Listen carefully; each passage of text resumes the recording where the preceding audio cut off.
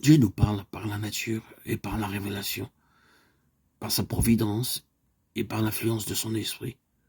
Mais cela n'est pas suffisant. Nous avons besoin de lui ouvrir notre cœur. La vie et l'énergie spirituelle dépendent d'entretiens réels et directs avec notre Père céleste.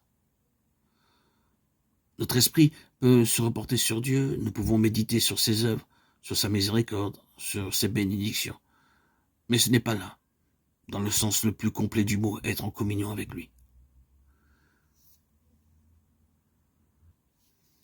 Pour être en communion avec Dieu, il faut avoir quelque chose à lui dire concernant notre vie réelle. Prier, c'est ouvrir à Dieu son cœur comme on le ferait à son plus intime ami. Non pas que la prière soit nécessaire pour instruire Dieu de ce qui nous concerne, mais elle nous met à même de le recevoir. La prière ne fait pas descendre Dieu jusqu'à nous, elle nous élève jusqu'à lui. Durant sa vie terrestre, Jésus enseigna à ses disciples de quelle manière ils devaient prier.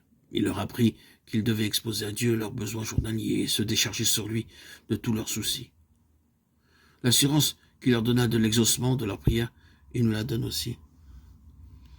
Pendant son séjour parmi les hommes, Jésus lui-même était souvent en prière. Notre Sauveur a connu nos besoins et nos faiblesses.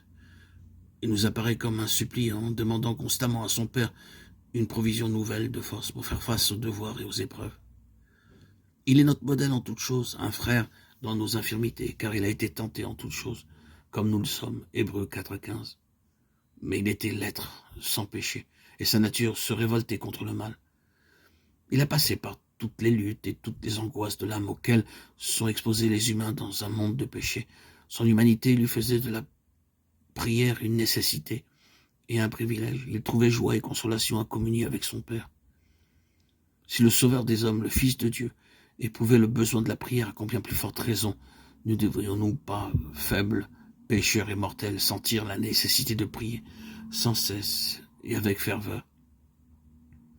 Notre Père céleste désire répandre sur nous la plénitude de sa grâce. Il ne tient qu'à nous de boire à longs traits à la source de l'amour infini. N'est-il pas étrange que nous prions si peu? Dieu est tout disposé à exaucer les prières du plus humble de ses enfants, et pourtant ce n'est qu'à contre-cœur, semble-t-il, que nous lui faisons connaître nos besoins.